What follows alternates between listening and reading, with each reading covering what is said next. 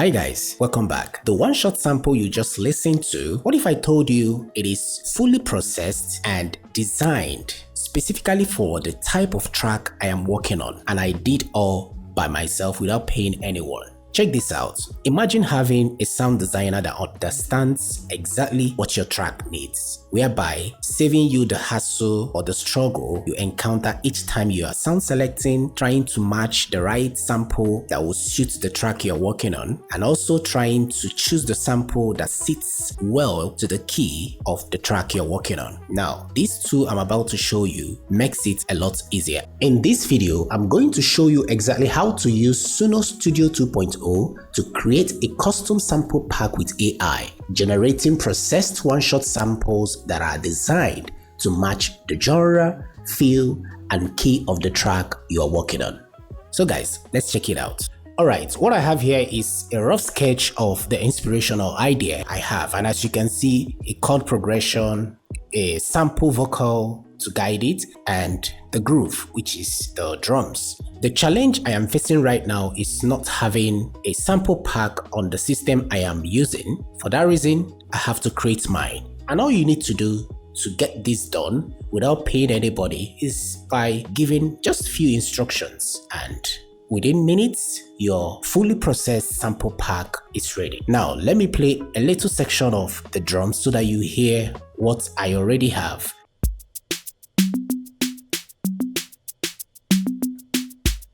And you can hear that it doesn't sound rich, it sounds like unprofessional. And with the vocal and chord progression, we now have this. Gave you my last when you needed it. Stayed when it was hard, you remember it. So I believe you now understand the concept I have in mind. Now, the first thing I'm going to do is to export this whole track, which I've already done, export it, and then import it into the tool we'll be using. We'll be using Suno Studio 2.0. So let me quickly open Suno, import it, and then we'll progress from there. Now, we are inside Suno's Studio 2.0, and yes, this is one of the many ways you can creatively use Suno Studio 2.0. Incorporate it into your day-to-day production workflow. Now, right here, you can see I've imported the track. The next thing I'll be doing is to highlight the track, very important. And once it's highlighted, come over to the chat bar, which is this section. You can see it's glowing. Click on it, it will pop up.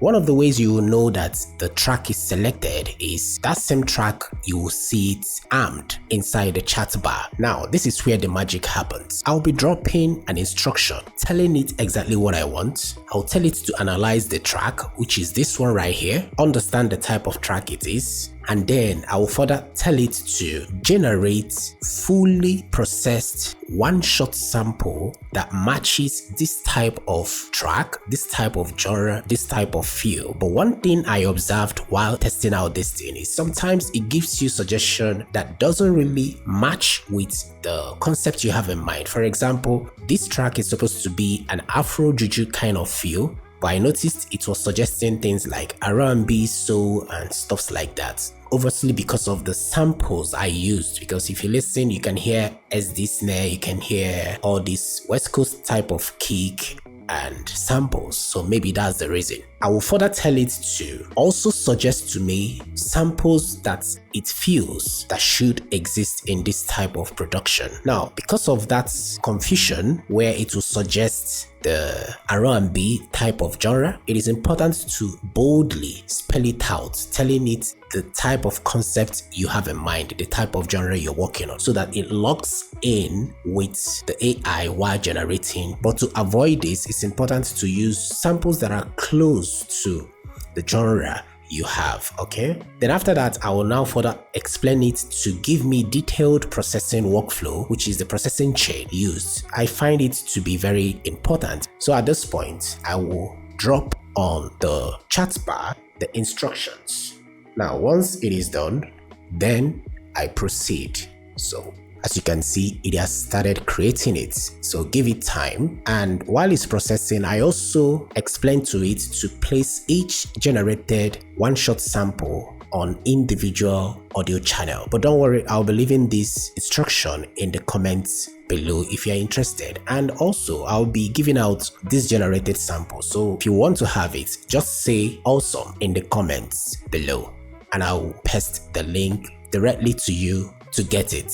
Now you can see it is generating. It has generated one already, the kick, now the rim. So this is how it's going to go until it completes the process. So as you can see, it's populating it. So let's give it time to finish and I'll be right back.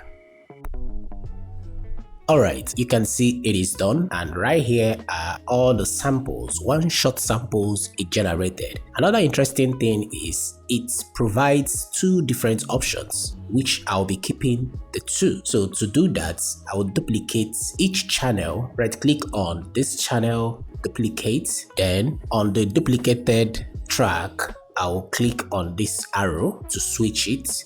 And once that is switched, I will now commit. So I've duplicated it, I will switch this one and then I will leave the other one. So there we have two different versions. Then I will commit. So you can see this is how I will do it for other channels. And right here are the instructions. You can see it stated the processing they used for the kick, sub, EQs, all of those information that I talked about that are important. So at this point, I will just copy everything here, as you can see, then I will commit or listen to the whole generated one-shot sample, but in this case I will just commit. And at this point I will quickly prepare all the samples just as I've shown you, ready for export. So let me quickly do that and I'll be right back. Alright, all is done. So the next thing I will now do is to come over to this section here and click export. Then click on this section here, export, and come over to multi-track. But before I do that, I need to rename the channels. I need it to name it correctly. So I'll go back to the chat bar. If you noticed, I deleted the audio there, and I will now tell it, please rename all the audio channels according to the one-shot samples and also include the key. So once that is done, I will send it, and that will be the last thing you will do before exporting. So as you can see, it's renaming it. Now it is done, so we head over to export, multi-track, and give it time. Shortly it will start downloading and it will be saved in a zipped file. Alright, the download has started. So now I'm going to extract it and import it inside the DAW I'm using. Then there we can now hear every single one of it. Alright, now we have the sample inside the DAW. Let's have a quick listen.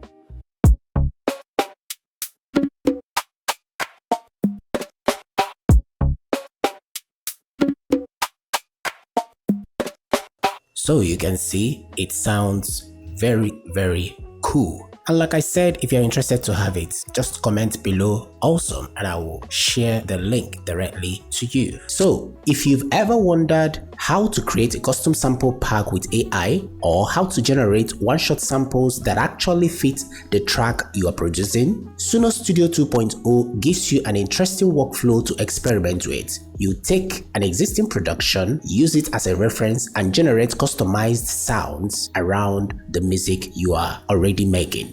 And that brings us to the end of today's video. If you found this video helpful, make sure to leave a like, share your honest thoughts in the comments. I would really want to know what you think about this creative way of using Suno Studio 2.0 in the comments below. And if you're coming across my channel for the very first time, make sure to stay updated by subscribing and turning on your bell notification for more amazing contents like this. Now on the screen is a video where I talked about almost all the features currently available in Suno Studio 2.0. So do well to visit there to know more, and I will see you there. As always, stay creative, stay focused, and bye for now.